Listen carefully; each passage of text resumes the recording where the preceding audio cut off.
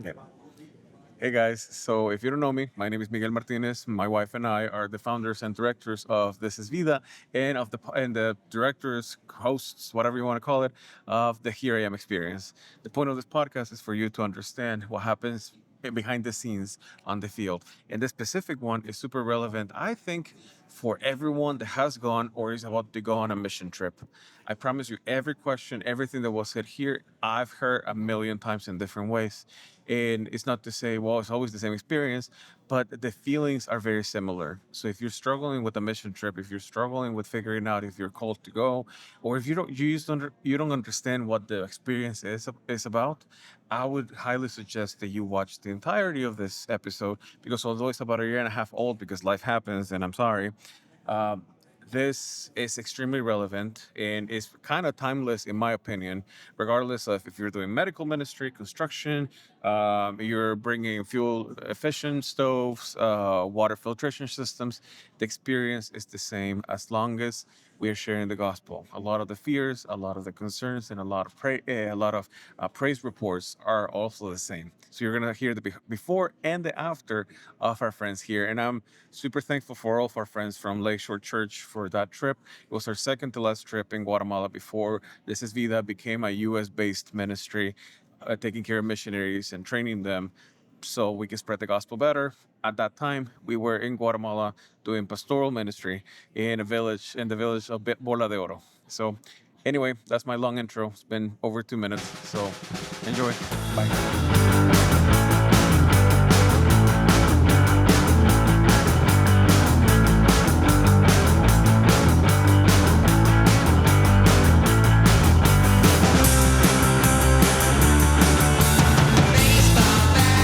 Hey guys, welcome to the Here I Am experience. We're with our friends Josh and Kelly. We're happy to be here, so sit back, relax, and enjoy our conversation. How's it going, guys? Good. We made it. We're here. Yeah. At our house. Yeah. I was gonna say, you made it where? We still made it. Yes. We're glad to be here. It's good to have you guys here. Yeah, thank you guys for saying yes to this Yeah. very casual conversation. Absolutely. Yeah, very little prep. Yeah. Yes. Thank goodness. Yeah. So, do you want to tell people what is it that you guys do? Sure. Where are we right now? Yeah. Yeah. Okay. So, Josh and Kelly Tucker, and we are in Guatemala, in San Antonio, Aguas Calientes, which is about like 15 minutes from Antigua. And we work with an organization called Hope for Home Ministries, and their primary goal is, or their role is really just working with kids with special needs, but they have also started to try to kind of get ahead of the curve and address some of the issues that cause special needs in children specifically. And so, when we first moved down here, we were sustainability directors, which basically meant we were like glorified gardeners and I thought that meant recycling. right, recycling, trying We to push for it. introduce Yes. sustainable practices, and then series of events and garden flooded and the Lord was involved and this whole bunch of different things happened, and now we've changed roles. So now I'm Director of Missionary Care for the ministry, so primarily taking care of the long-term missionaries, and team communication and that kind of thing. And Josh is project manager for a big development project that's starting up soon. So we have 2 kids, Jubilee and Morgan. They're upstairs. I'm sure they'll make a presence known at some point. And one on the way. There we go. So Yeah, things are happening. Yeah, things Yes, are they happening. Always. Pretty much always. We're in Guatemala. Things are always happening. So, you guys have lived in Guatemala for how long now? 4 years. Yeah. Yeah, Yeah. we got here, and like 3 weeks later, COVID got here. Yes. So it was 2020. around that time. Yeah. Yeah. So, you guys came when there was no traffic. Yes. Yeah, it's true. Yes. It was. There was something handy about that. Yes. It was there was Not no that chicken we knew buses. the difference. We didn't. Right. We didn't So, it know was a anything. culture shock for you when COVID went away. Right. Yeah. exactly. In some ways. Yeah. All these people doing here. Yeah. People, all the smoke. I know. All the tourists came back. Yeah. Yeah, why is not one kid using the sidewalk? I know. Right. Yeah. Wow. Yeah. Antigua was so easy to find a parking space. Yeah. It's like- Yeah, what is it with all these gringos coming here? I know. yeah. It's so different now. But that's when we came. Yeah, it's times that I could tell that COVID was going away because I started seeing foreigners that I didn't know. Yeah, Right, exactly. Because even if I didn't know them personally, I was like, oh yeah, that's that guy. He's dating that Guatemalan. Yeah. And Right. you just knew them. Like that's the guy with Yeah. the two Rottweilers. Yeah. And Right. yeah. Yeah, now it's like we're walking through town. It's like, what Yeah. are you doing here? Exactly. And I was like, she's like, he has a backpack. I He doesn't know. live here. I know. It's almost like you're better. It's like, this is I my know, place. this is I not your know. Yeah, you become an Of course. 80-year-old man. It's like, get off my lawn. I know. We've been here 4 years, and we're already defensive. That's good. Territorial. Yes, as you should be. It's like when you get to know a new singer, it's like you want them to succeed, but also this is my stuff. This is my, it's my yes, music. I found you. Yeah. Yes. So you guys have been here for 4 years, but have been married for 10 years. In like a couple weeks. It's that's 10 awesome. years. Yeah. So that was what 2014. Yeah. Yeah, Yeah. 2014. And you guys have known each other for how long? For 10 years. 11 years, basically. Yeah. Yeah, I was walking by Yeah, the it was courthouse. 11. Right? It's basically, Hey, what do you think? Not quite, but almost. We basically met and married within a year. So Okay, it was okay, not uh-huh. much longer than we've been married. Okay, we're gonna cut this out. Yeah, I know. I don't necessarily recommend it, but if the Lord's involved, it's probably okay. So how do you guys meet? Initially through a mutual friend from high school. And I threw an impromptu New Year's Eve party, and It was her high school friend, Yeah. my current roommate. right, you were living with him at the time, and so he tagged along to the party, and then a couple months later saw him again when I was at the time was in school in Minnesota, and then the next time I saw him, I don't know, like 8 months later or something. I had moved back into the same city he was living in Pennsylvania. In Pennsylvania. Yeah. And so we just hit it off, and it ended up being really fast but really good. It was a really sweet time. It hit it off. Yeah, she needed some talking to first, Well. and then we hit it off. I mean, mostly it was just God talking to me and telling me to relax and be okay with going on a coffee date again. Oh. I was not excited about the dating world anymore. Yeah. But yeah. That's awesome. Yeah. And what made you guys decide then to go into full-time ministry? Like, what was that route like? I mean, my dad kind of said it best that he's like, I've got two sisters. He's like, I know your younger sister's probably going to be doing this. Older sister's probably going to be doing this. And then you're just going to go somewhere. I'm just not sure where. when, or Wild why." card. Yeah. So for me, that was always like, I want to go somewhere. I don't know where, when, or why. I mean, really, it was the first several years of our marriage. We were kind of asking the Lord, hey, you got some direction for us? And he wasn't giving us anything.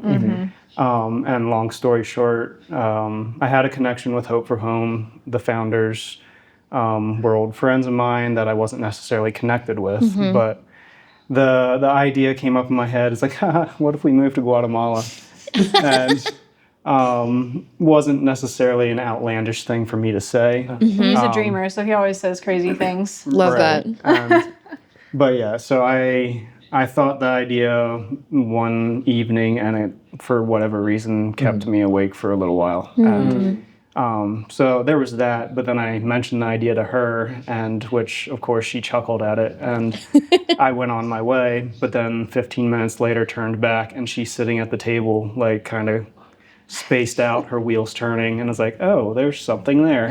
Wow. Actually thinking about it. So it was kind of a long period of still feeling like, Lord, we'd like some direction on this. We'd like a rainbow in the sky, reason, something yeah. like that. And he was not giving us anything. And I think was probably purposeful for us, like me in particular, kind of needed to get to the point where it's like, all right, I don't feel like I'm getting anything from him. So like, let's decide for ourselves, essentially.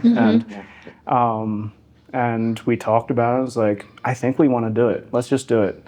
Let's start stepping towards it and see what Right. happens. Kind of. Yeah. And so we did. And it wasn't until after we made the decision for ourselves that we felt like the Lord was like affirming us. It's like, I'm with you. I'm behind you. Go for it. Right.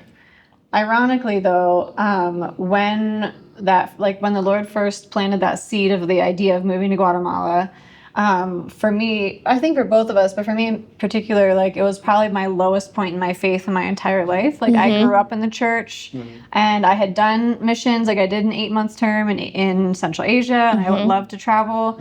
But at this point in my life, like my faith was like, the trendy term now is deconstructed my faith, right?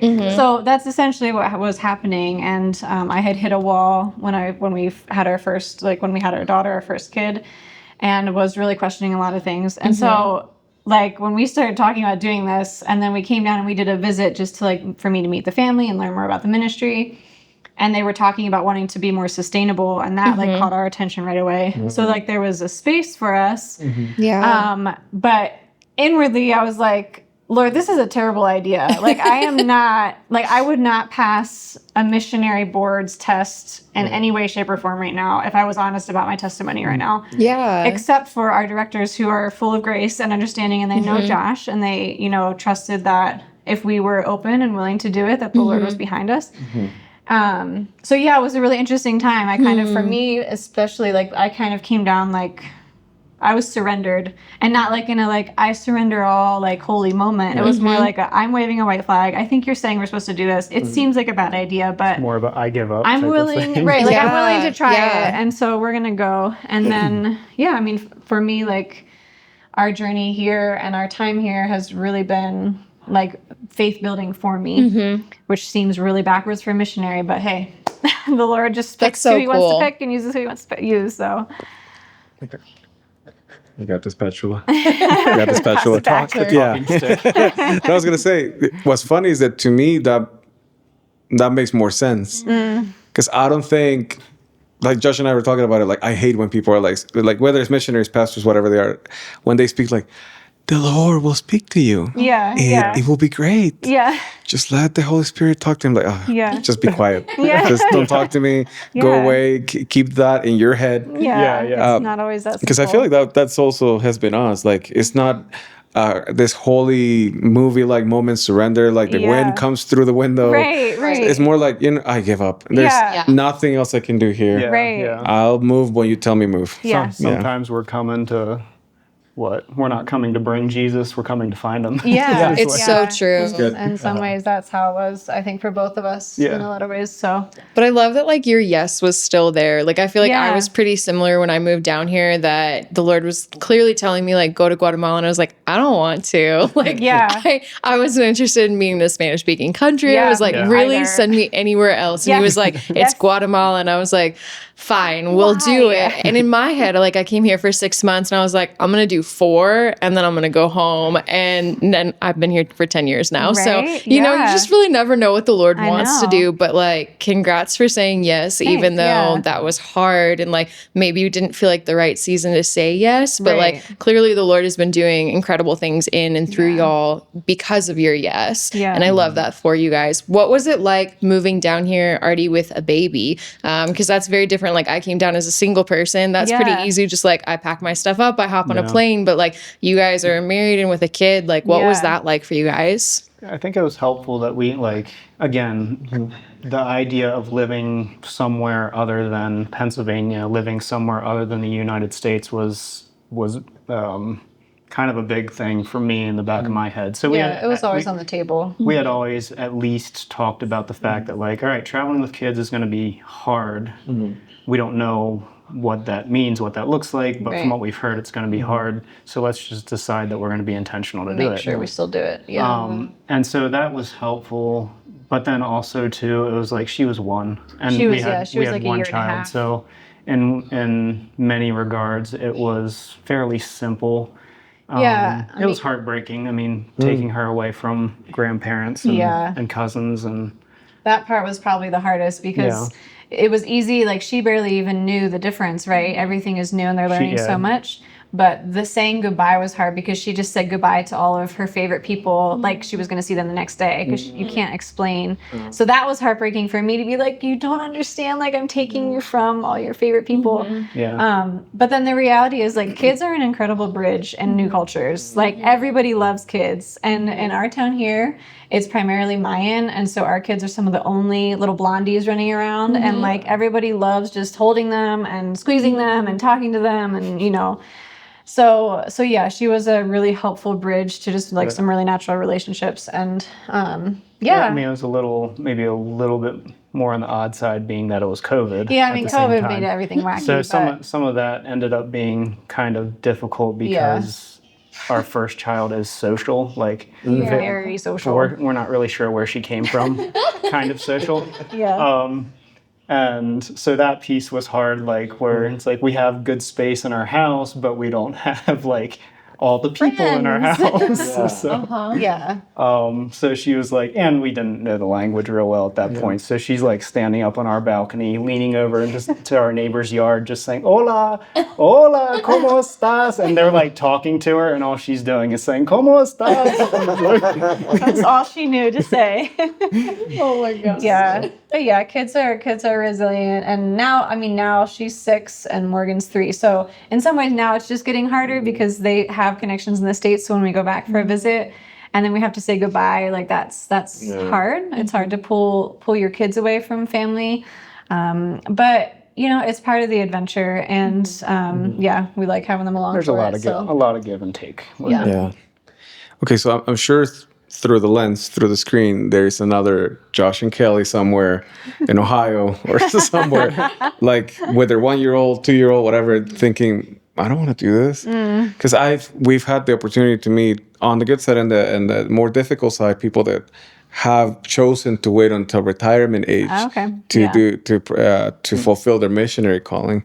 And sometimes from what I've seen in my own assessment, it seems like it was a wise idea. And sometimes I'm like, I can see the regret in their eyes of, I think we could have done this.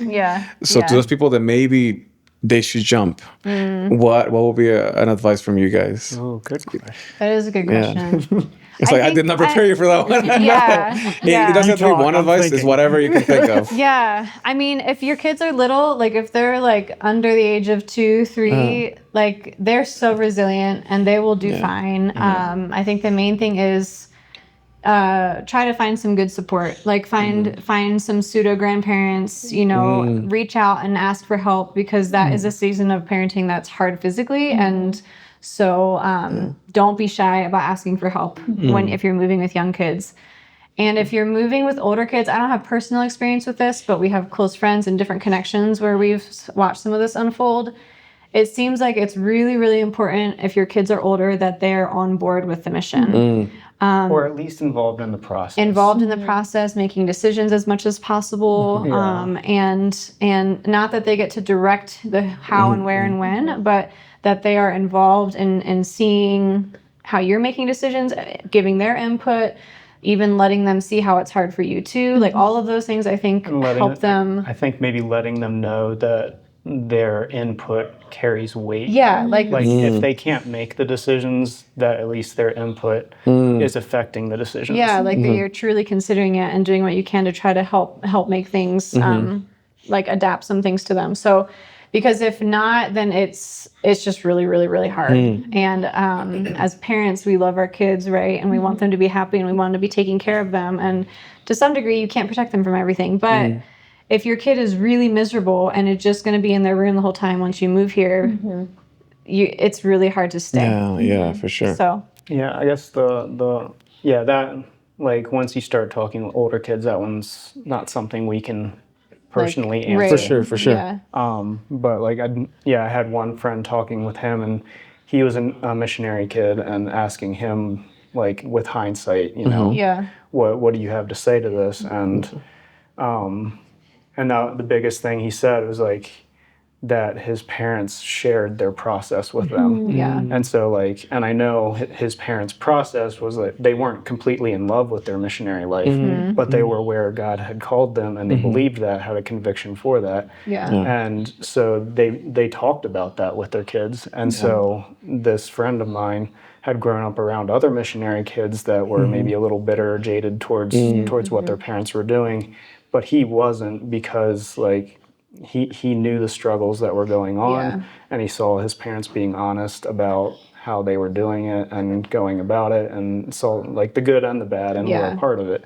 And so he said that for him, that was the biggest thing, which is, for me, was kind of relieving. And I hear this in general about parenting, is you don't have to get it perfect, Yeah. but be willing to be humble about it with your kids and process with them. Right. Because And it's going to so- be hard for them too. And if they don't see it, they don't see you struggling, then it's hard for them to share those struggles. Right. And they feel like they can't or shouldn't be struggling if their parents are just, in this fairyland as missionaries. Yeah. So, yeah. Well, you're not perfect. Yeah. We're Now okay. it's right, We're done. Yeah, I was. Yes. I feel cheated. I feel. You asked the wrong people. You were looking for the perfect gold star missionaries. Oh my god. Okay, so that's on the parent side, and that's great insight. Yeah. How about to the couples, to the marriage side? Oh, man. Yeah. I mean, I think. And cut. Yeah, Josh is like, Again. you said it was gonna be easy questions. Yeah, I mean, I know that was one of your questions was, what was the biggest culture shock for you guys? And honestly, having to learn to work together as a couple was our biggest culture shock. I mean, there's other things too, but and to be fair, that's not just missionary life thing. No, it's not That's if you're going into business together. right. But as the missionary, from the missionary perspective, the biggest culture shock was in our house, not Yeah, outside of right. our house. That's We interesting. had because I mean, when we were in the States, we had separate jobs, and you do your separate jobs, and it's totally irrelevant. There's no crossover, and then you come home and you have these sweet evenings together and For sure. weekends together. And here, I mean, for one, we've pretty much been making up our jobs as we go, because every role we've had has been brand new in the ministry. So nobody's telling us how to do it, when to do it. And so we have to create those. And then we are tag teaming it. So we've switched on and off depending on the different jobs we've had. But right now, he has 3 full days of work. I have 1 full day of work. And then we have 1 joint day that we do a lot of admin and meetings and things. And so our schedules are constantly having to be reinvented, and there's always, hiccups, and there's so much flexibility that it sometimes is painful, because you well, if we could do it better this way, then maybe we should. And we just have really different personalities and work styles. And so, it created a ton of tension at the beginning. Yeah, It was the hard. first couple of years were maybe a low point in our marriage, basically. And for some a couple years of being here. Yeah, some of that was probably also because we were our faith was pretty fragile, and so when the Lord's not involved in your marriage, things are just harder. Right. But Right. go ahead. Yeah, and Sorry. Maybe blanking. Working together, culture shock. What advice would we give couples? They all say random things I don't know, shovel, grass, no, soccer ball. Here's the time. No. Yeah. There it is. Got it. Well, you get it back. I was gonna say, it's to us, it's been really hard. We've been serving together since we were dating, Yeah. and still there are days that we're like, why are we working together? Yeah, it would be And easier. it's not from a hatred perspective. Right. Obviously, it's just man, you and I are different. Yeah, we're Yeah, so yeah. different. Yeah, Yeah. 'cause There it is. That was it. Was it? Oh. Yeah, go. For me. Yeah. Well, I was going to say, there are definitely things that you become, as one person becomes super passionate about, and maybe Yeah. the other one's, not as passionate Yep. about it. Yep. And then you're like, well, why don't you just share the same passion as me? You're like, Yeah. right, we're not the same people. Right. And that can be so hard when you are working together, because you're you love each other, but you also have to, have that professional line with also each other of, coworkers. because Yeah, we're yeah. working here and it's Yeah. not personal. But, It's personal 'cause it's we're definitely married. a challenge, for Yeah. sure, Yeah. for sure. Yeah, it was, it certainly surfaced our differences more than Yeah. more than ever. More than And we were expecting. so that was a big source of contention in multiple ways for a Yeah. while. And the one being that Kelly is very sees ahead in detail, which doesn't fit this culture, and doesn't necessarily fit the culture of our ministry. Not to say that there aren't people within the ministry that have that, but as the ministry as a whole, it doesn't necessarily fit. Yeah. So she didn't understand the how the ministry operated very well, whereas I did. Or didn't have a lot of grace for it. Right. Yeah. You would see the holes or whatever and get frustrated by it. And so it was a big source of contention for a while between the two of us. But it ended up being cool that we were working through rebuilding with the Lord and not giving up on each other. And so it continued to be ugly for a while, but eventually we got to the point where we were able to talk about some of these things without it getting ugly. Defensive and Yeah, for sure. And we were cautious, but able to have some conversations. And then it eventually got to the point where we were actually able to have some conversations that were productive. Yeah. And to where it's you have a very different perspective here, and it's that balancing thing. Yeah, we did start balancing each other For towards sure. some of these issues.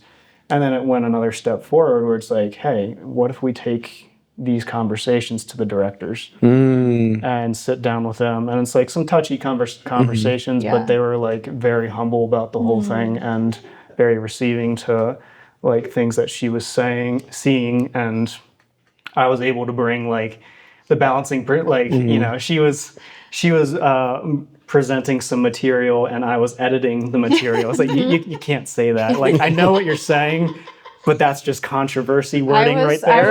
I was the truth and he was the grace and the whole process. Yeah, It was really So That's a word switch. I'm the truth and you're the grace. There you go. Yeah. Because I would write something like, this sucks. And she would go, this, in our newsletter especially, I'm like, this week sucked. And she goes, this week had its challenges. Yes, exactly. Yeah. You need, you need the truth, but you also need the grace. It's hard to receive truth if there's no grace. And it's hard to, really extend grace if there's not truth involved too. So it became a really cool, it started within our home and our marriage, but then it was able to be something that was really important and valuable to the ministry in their season and some of the things that they were facing.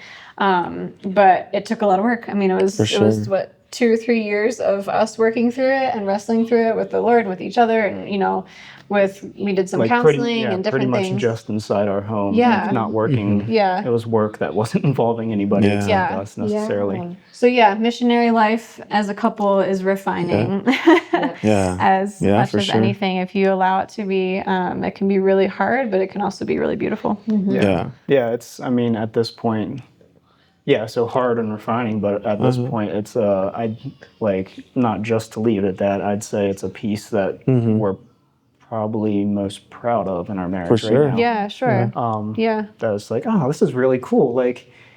I don't think we would have been able to do that separately. Right. And it worked really well. It wasn't like we were just okay. We were way better than okay. It worked really well doing it together once we got it figured out. It's man, that's awesome and so encouraging. It was worth it. It was worth it. Thank God. Yeah, right? we were just talking to this couple who was thinking about joining the missionary field. They're still thinking about it, and we were saying, hey, you need to be sure that God is calling you, because from what we've noticed, and I think you guys would agree, the people that suffer the most in the missionary field are couples. If you're single, you can find friends, you can find activities to do by yourself, but if one of you struggling, it's usually, and sadly, usually what happens is one person is really believing that this will work, and the other one is more so I guess we'll go. And that person suffers a lot. And then they kind of get dragged, or they feel dragged. Even if I think they are dragged. It's almost in that very specific scenario, it is like a shackle. It's one is dragging, and the other one cannot go as far. Right. So it's not that one is the villain. Obviously, it's more so you guys were not in unity. Right. Exactly. And I'm in. What was I gonna say? Yeah, I mean that's definitely. I think that's definitely true. Yeah. You really, the unity and decision to move is huge as a couple, and we were talking about it with kids. It's another layer of for sure. that can be a shackle. Not that they're bad kids. Correct. But if they're not on board of it to some degree and part of the process, then they're going to hold you back because they don't want to be here, and it's the same with a couple. Like, that's really important. It's one of those things that of the Bible that I think it was Paul that said it, that it's better, quote unquote, for you to be single. Yeah. And you understand, you're not saying don't get married. Right. And now you understand, you're saying this is way harder. Yeah, I agree. It's way harder. It's way harder. 100%. Yeah. And I feel like, and it's hard for me to communicate this always because I don't want it to sound like pride. Yeah. But it's just like you said, like you're very proud of how far along you are now in your marriage. And I always tell Ange, it's not for the sake of comparing, but it's because we're missionaries, because we're seeing what God is doing day in and day out, whether we want it or not, even like we are witnessing stuff, even if we're in a bad place in our spiritual life. And also because we work together, and it's not like we run a hardware store. It's like we're dealing with emotions. The both of us. If we do things not right but diligently, our marriage. I don't know if you guys feel this compared to maybe friends in the States or other people.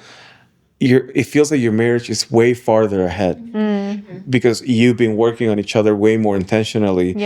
Whether or not it's because you're forced to, but it happened. And also your spiritual life, because you understand way more. So if you were a baby Christian when you came, in 4 years you became an adult because you had to. I don't know if you guys feel that way. I mean, I think it just when you're doing mission like work together or you're doing ministry together, so often you're having to tag team things, and so there's so much more rubbing of shoulders, and there's so much more tension that can develop, and all of those things can be used for good if you are committed in your relationship and you're committed to the Lord and allowing Him to tell you to go confess and go say you're sorry, and you're listening to what He's saying. I think there's just a lot more opportunities to work on your relationship. So it's a cool thing.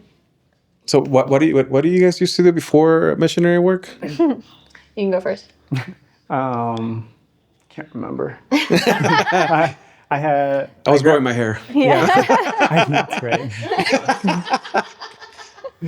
I guess you can't zoom in, can you?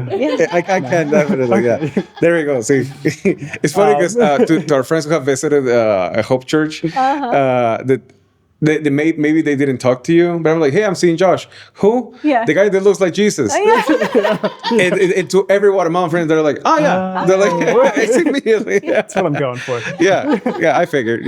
Looking holy. What were we talking about? Oh, jobs. What did you do beforehand? I had graduated with a mechanical engineering degree. And never used it. I got a job offer with an arborist company to climb trees and prune trees, and I was like, they're gonna pay me to climb trees, so I'm gonna do that. Forget first. the degree, so That's awesome. That sounds so much like you. It really was. It was so great.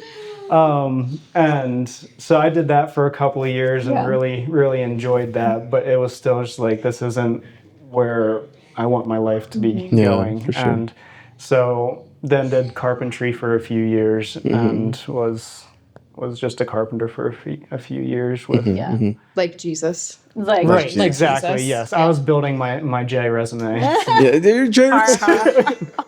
I love it. That's awesome. That's amazing. So you did that right up till we moved, basically. Right. Yeah. So he was working to look like Jesus. What were you doing? Why are you here? So right. What am I even here for? So I ended up I did a year of missions, and then I did I got my 4-year degree from 3 different schools, transferred in 3 different states. It was wildly inefficient, but that's just how it all played out. So I ended up with a degree in applied psychology and biblical studies, and then I was considering doing school counseling or something like that. So I worked in a school for a couple years. Among other odd jobs, but kind of teacher's aide. I ran the cafeteria in the city school for a while. That was so many stories from that adventure. And then once we had our daughter Jubilee, I stepped back from working at a school and wasn't sure what I was going to do next, and then we moved here. So That's really cool. This is random, but have you guys watched the X-Men? I mean, I've watched a couple. You probably Here know and them there. more, Okay, more it's just than I have. I forgot your daughter's name, Oh yeah, and I was like, "That's the coolest name ever," because that's one of the X-Men is Jubilee. Jubilee. I didn't And I've never actually met remember anyone with that name in Yeah, real life. I was yeah. like, "That's she has the Yeah. coolest name ever." Yeah, Yeah. it is a cool name. We Yeah, I love guess that if name. I'm honest, it initially started from a Western novel. Yeah, It's like, if we have Louis- a boy, I want to name him Jubal. Jubal. Jubal. From Louis L'Amour, for those people that know Louis L'Amour. Yeah. But then it turned into Jubilee. It's biblical as the whole story. It's very, Right, It's very right. cool. Yeah, it's That's what I was going to say, actually. Yeah. Yeah, Yeah, the it's- Bible. Yeah, yeah. No, it's supposed to be a biblical played name, into but it, but the initial thought was, it was Yeah. from a book. from a cowboy story. Yeah. So okay, so we talked about jobs, how you guys got here. Also, how old are you guys, if you don't mind me I'm asking? 34. 36. Yeah, so you guys have lived 15 lives Yeah. so yeah. far. Yeah, feels like it. Yeah, it is funny because the more, yeah, Since being here. Yeah. you guys talking about what you did, I'm like, yeah, it makes sense. You're missionaries now Yeah. because Literally everything you did kind of applies to what you do now. Yeah. Yeah. Yeah, climbing trees. Yeah. Right, Yeah, right. for sure. Right. Yeah. Yeah. Yeah. I mean, it does apply. I've done ministry where a portion was climbing trees. Yeah. Because we were all hot. So someone had to get coconuts. Yeah, coconuts. I'm not even joking. That's actually what we did. I was catching them. Yeah. Clearly, I did not climb them. So, if you guys could have a job, like it's your pick, you have the job if you just apply. What kind of job would you like that's not ministry? It's not ministry. I mean, does it have to be like realistic? No, it doesn't have to be realistic. It's your pick. I don't know if that matters. You show up to an interview and they say Mine are yes. realistic. I would be a sailor or something involving Or a sailing. pirate is probably more accurate. I would be a pirate. Let's be so honest. funny. Yeah, I have my list here. Yeah, a sailor, a smuggler, or a guide. Like a good smuggler, not like drug smuggler. Okay, to I know my clarify. favorite thing about Right, Josh yeah, now. yeah. You know what my favorite thing about you is? You're so consistent. Nothing you're saying is surprising. It's like, yeah. Yeah, that makes sense. If you said a salesman or I don't know, like a mechanic, I'll be like, no. Why? No. Pirate. Yeah, Yes. pirate. Yeah. He'll be a great pirate. No, Yeah. I mean, I'd very much love to sail. And Yeah. I mean, I don't like, journeying just for journeying's sake. I'd like to have a reason. So, So a pirate. Smuggle yeah, some, Yeah. smuggle some pirate, kids or get some out of children out warfare. to safety and Yeah. something like that. Or a Viking. A Viking. be a Viking. Yeah. I don't know about the horns with the helmet. Okay, there are fashion choices here. Okay. Yeah, see, fashion is important. Mess with the hair. amazing. Yeah, you could be the pirate that makes the knots. There you Yeah, go. yeah, Yes. right. He's Yeah. tying the sails Gotta down. have knots. Yeah. Absolutely. I don't know. That's a hard one for me. I mean, in this season of life where I'm just really social and I have little people always around me, I'm like, a librarian sounds lovely. Like, Yeah. I love books and just quiet, alone time sounds like a dream right now. So that maybe a librarian or some kind of gardener. I love gardening, and Okay. that's something that I will always do, at least as a hobby. It was my job for a while, but then I realized that being a farmer is very different than being a gardener, and being a farmer is a lot more work. And so that was part of our process with deciding not to continue with the big garden for the ministry, was realizing that. But I'll always love gardening. So maybe being in charge of some kind of like cool CSA garden, that would be cool. Your alternative lives sound like a really cool children's book. Like The the librarian and the pirate. pirate that goes and is trying to like steal everything and then meets the librarian. Yes. Right. And then I can like go and just have adventures, and you can write about them. I'll write them. Look at that. Okay, you can. There you go. You have the idea. It's we my go. gift. Made for And then each it could other. also be like the traveling library. Like you go to all these different places in the Yes. world where Oh. you're helping smuggle children out, but you're also educating people and Yes. bringing books There to we them. go. It's a cool book. Like Johnny somebody write Appleseed it. with Somebody books. make With it books happen. and pirates. Yes. Next life. I'm just saying you could sell that book. Stop fundraising. Fundraiser. Yeah, fundraising is gone. I'll take Beautiful. 5% because I Beautiful. I Of course. kickstarted this conversation. Great. I have proof. But Yeah. Oh my goodness. let's see. What's another one of the questions? Because I lost it. Unless you have something you want to ask. Let's see. Let's see. What else do you wanna know? Okay, what's one of your favorite things about living in a different country? Favorite things about living in a different country? That's a good question. I mean, ironically, I feel like sometimes one of my favorite things is also one of the harder things, but having the flexibility as a family is really was really great. I think that's something that both of us were looking forward to because he wasn't really like a 40-hour-a-week kind of guy or 50 or 60-hour-a-week kind of guy working.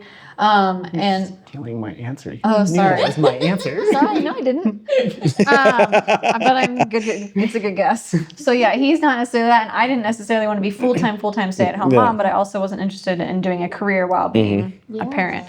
And so we were excited to have the flexibility to both have some work time and have some stay-at-home time. And that's harder to do in the States in like a typical job than it is here.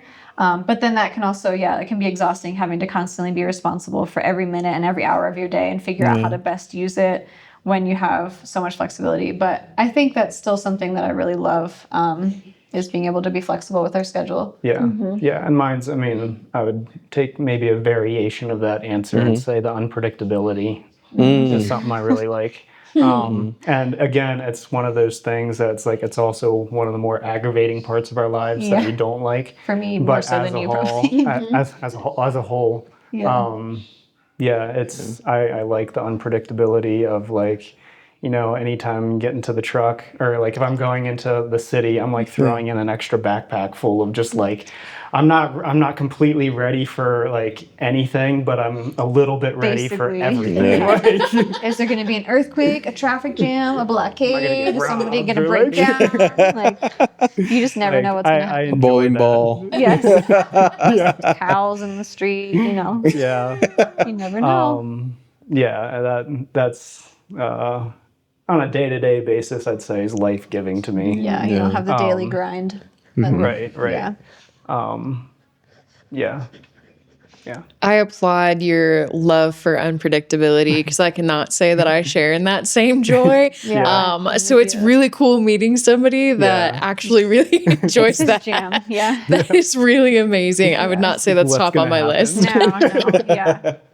Oh my gosh. So what are 5 things in your life that you just feel like you can't live without? So like just random things, doesn't have to be like ministry or like super deep, just 5 things that you're like, can't live without these things. Now we know. Now we know that one of Josh's is a backpack. A backpack. A backpack. Cheating because he has like rocks Right. And all the things. and Sharpies. And, I mean, don't know. it literally that- is that on, is it on is his on my list. list. Yes. It is a But backpack. you should It's just your go. backpack. What's Have you your ever list? seen MacGyver?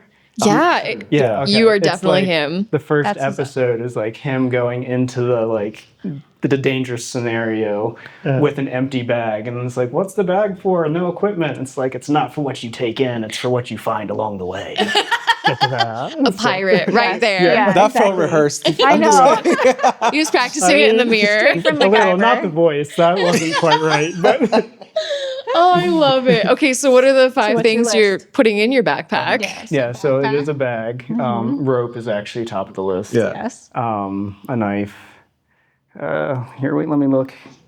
Oh yes, a bucket. A good bucket. It's got to be a good one. That threw me off. He loves Why the buckets. They are bucket? so versatile. Like, But you mean like a full-size bucket? Like a paint bucket? I mean, generally speaking, 5-gallon buckets, yes, but I actually have a couple of small, like 1-gallon buckets that I've fallen in love with since being here.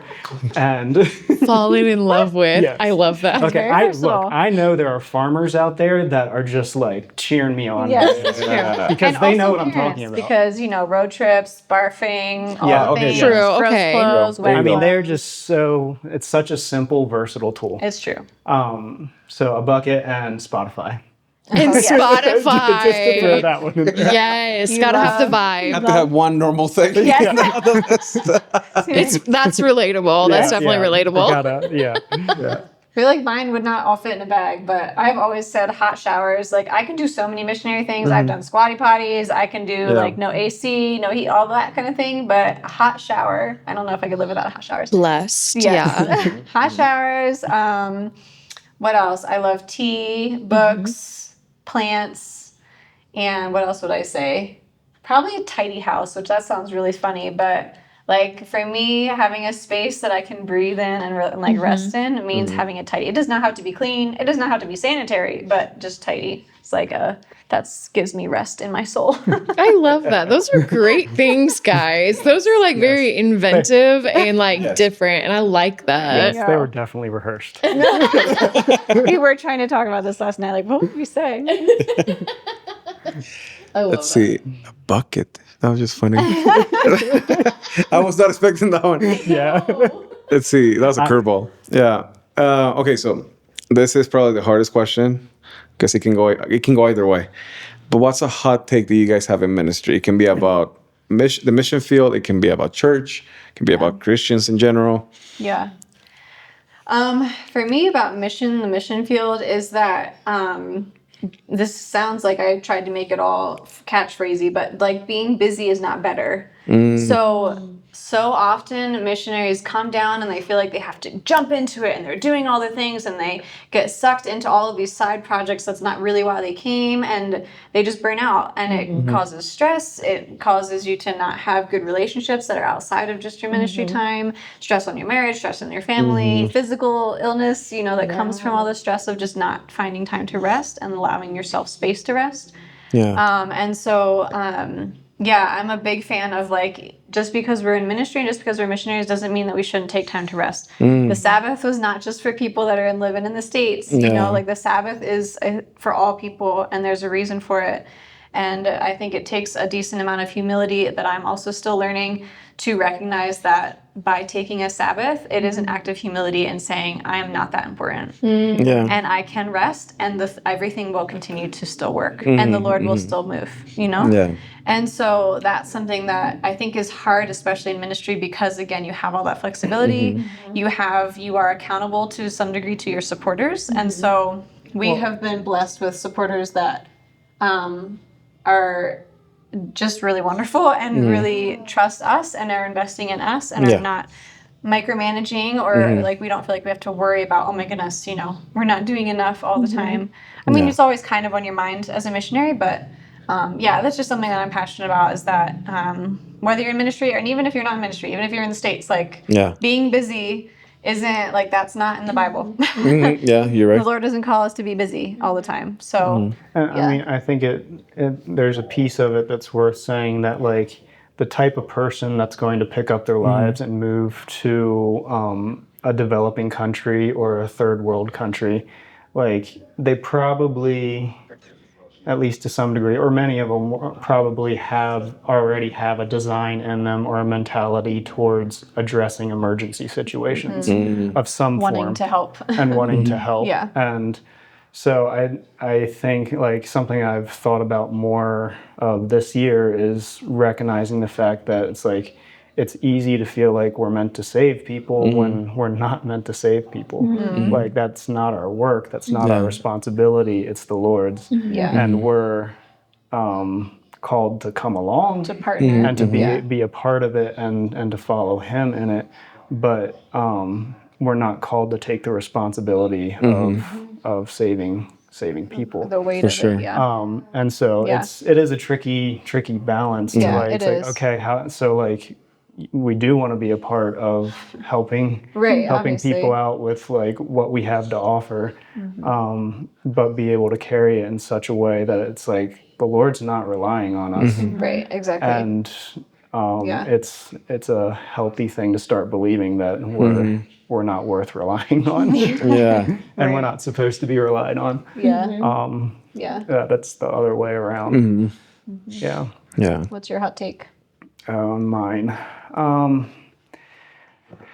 Let's see. Mine's a little bit, take it with a grain of salt, because I know there's going to be some immaturity involved, but is probably towards evangelism in general. And I'm not sure of a good succinct way to explain that. I guess sometimes I just have a hard time with the emphasis on evangelism.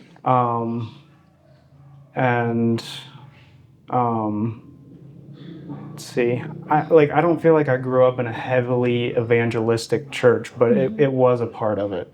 And whether it was somebody else's fault or not, I don't know. I took on a lot of pressure towards evangelism.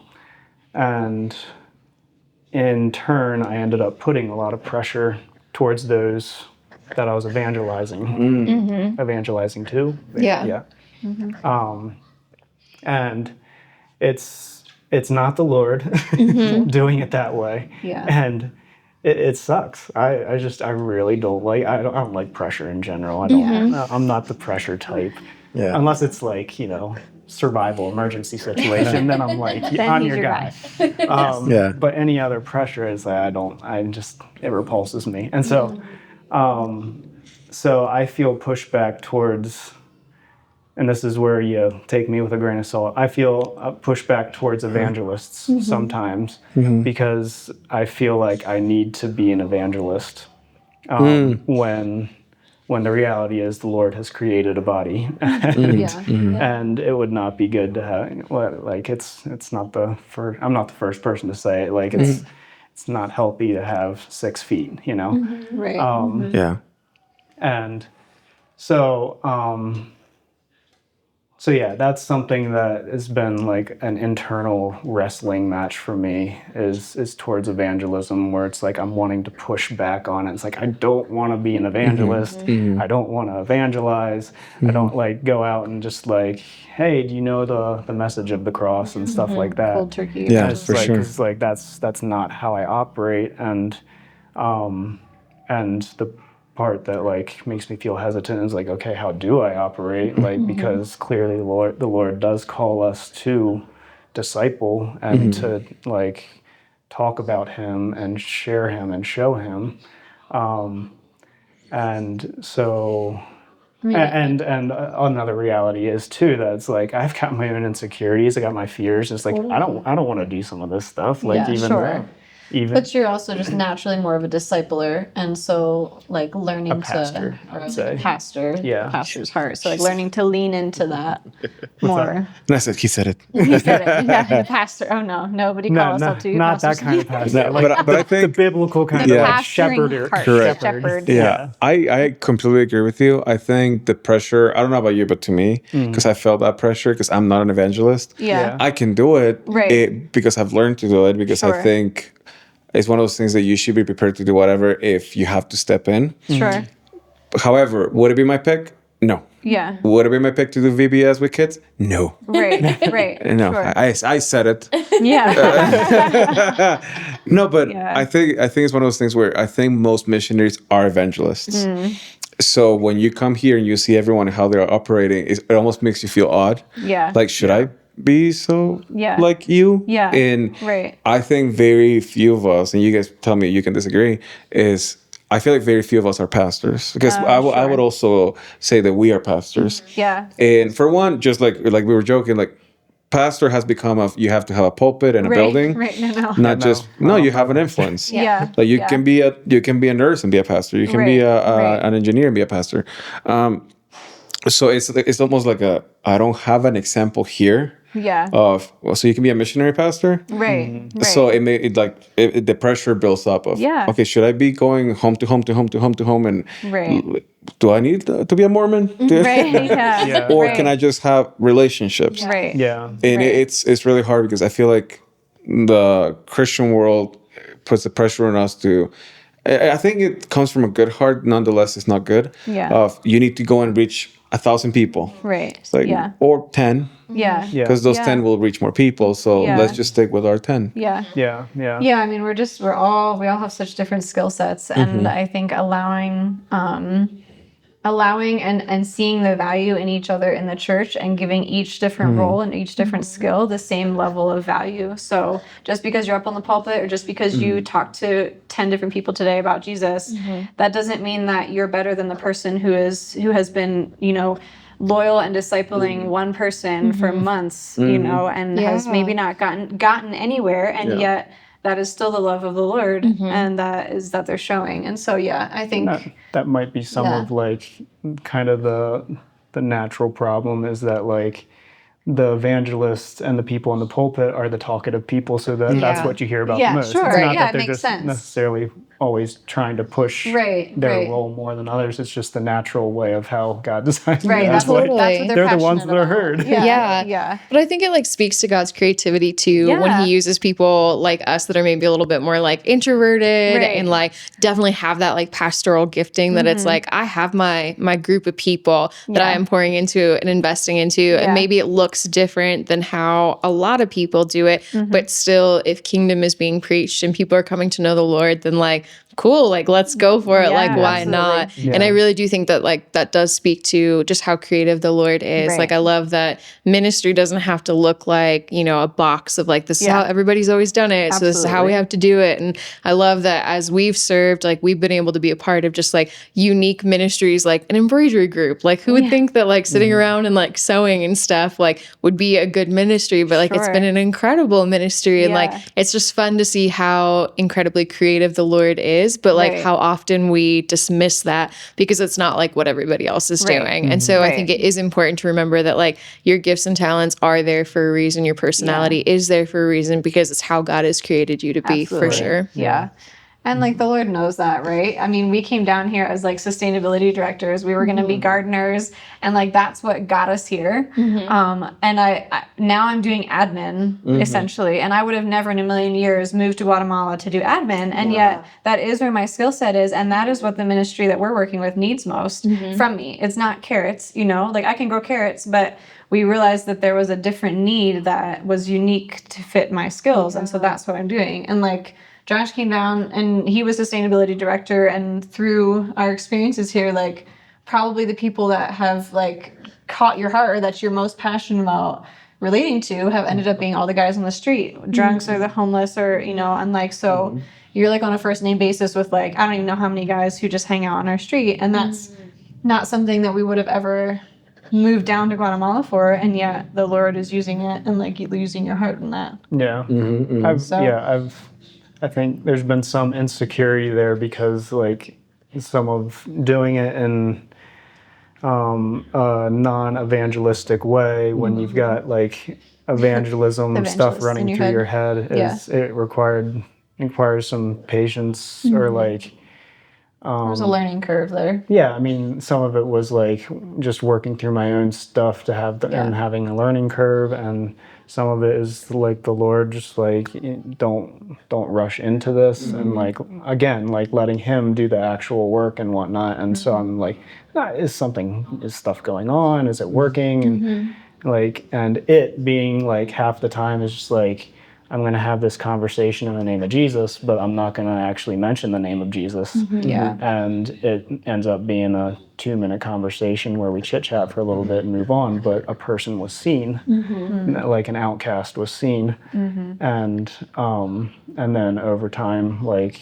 there's stories that are starting to build and whatnot. Relationships that are building. And some of that is our relationship growing, some of that is me growing, and starting to get to a point where it's like, it's more now. It's a little bit more than just like 2-minute chit chat sometimes. Yeah. And there are times where we're like sitting and like praying over people or listening to them struggle or talk or share or whatever. And it's like, hey, it's cool. I was like, I didn't like, you didn't know how it was working out or how it was panning out, but it starts to unfold. And it's like, okay, maybe like me being designed as not an evangelist is an okay thing. Yeah, it's what they need right now. So again, that's where I say it's like a lot of this is still in process, and there's immaturity involved. So it's like not wanting to shoot down the evangelists by any means. For sure. But it's like that's In your process. that's been the process and the struggle. Yeah, but I think also, people, for those that don't know, Guatemala. I always say Guatemala is it's not an ignorant nation when it comes to God. Yeah, not at all. It's heavily evangelized.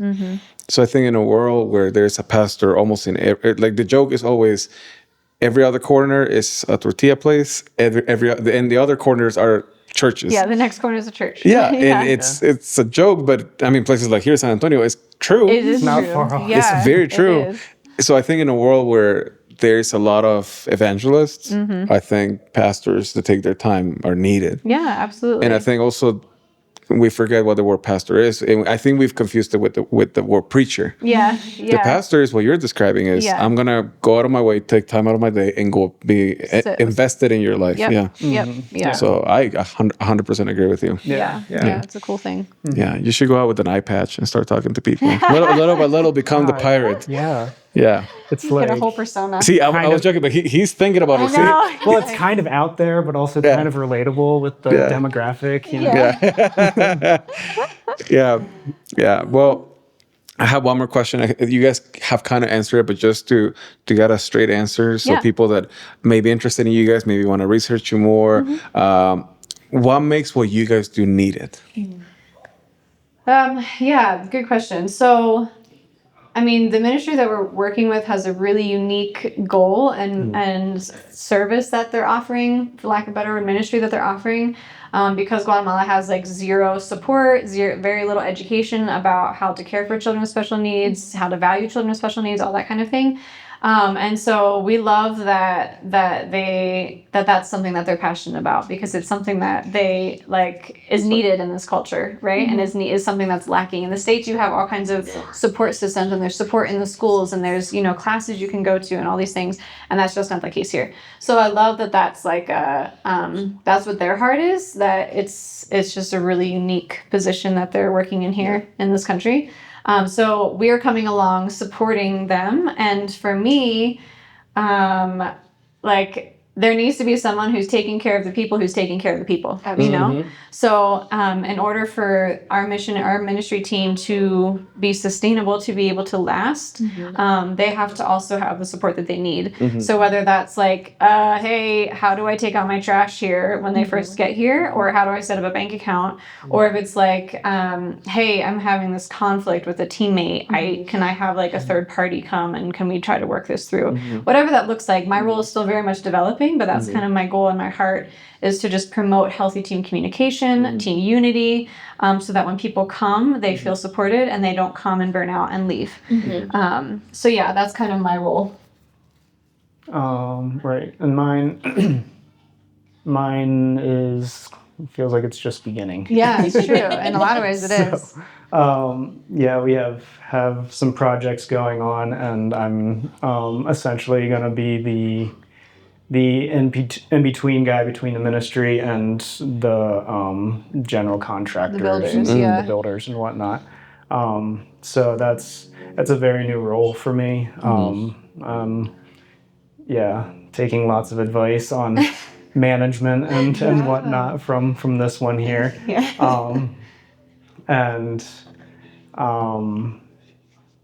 but yeah, at least so far, some of it is like, okay, how am I bringing my piece into this and doing this in my way? How do I be myself? For sure, in this role, and where are my strengths? And so far, I'd say a lot of like the pieces where I actually feel confident are when it's like, how can I help maintain unity, or like go after unity? And when it's like working on projects is a very easy spot to just like, let's stir things up. Yeah, Yes. it can Like get from really tense Satan's standpoint. really fast. Yeah. And so yeah, so there's that I think will play into the role. And then yeah, I'm not entirely sure if like my interactions with the guys living outside our door, if that's gonna like that could end up going a direction. It's maybe more so where my heart's at. And I don't exactly know what I'm doing at the same time. So yeah, a lot of it is either about to, like with the project stuff, it's about to jump into play, and then some of it is like still getting things figured out, and what do I want to do here? Take like you kind of seeing it one step at a time with particularly with dealing or like. Getting to know these guys that are struggling with addiction and whatnot. Sure. It's like, it's a one step at a time thing. I think probably particularly with each individual even. And so at this point, it's like, chit chat with 5 of them, sit down and talk with one of them is kind of where I'm at. And See where it goes. yeah, see where it goes. That's pretty cool. Well, if it makes you feel better, I don't trust a missionary that says, yeah, I know what I'm doing. I'm like, then I don't know what you're doing, but you're not doing it right. But I do not trust that answer at all. I feel like flexibility and willingness as missionaries is probably some pretty important traits. Yes. Whatever role you're doing. Yeah. Yeah. Well, thank you guys for joining us, welcoming us into your home. Yeah, absolutely. Little one came down. Yeah. One We of had them one made their appearance. appearance. We're landing, and I was very surprised she didn't come earlier. I know. Yeah. They're watching something upstairs, so they're set. We should go watch with them. We're know, here talking to the adults like suckers. But yeah, thank you guys. So these are Josh and Kelly, and we're gonna leave their links below so you can, if you feel compelled to support them, learn more about them, contact them. Please go love on them because they're very much worth it, and what they do is very important. So thank you guys for watching, and we'll see you next time. Bye. Bye.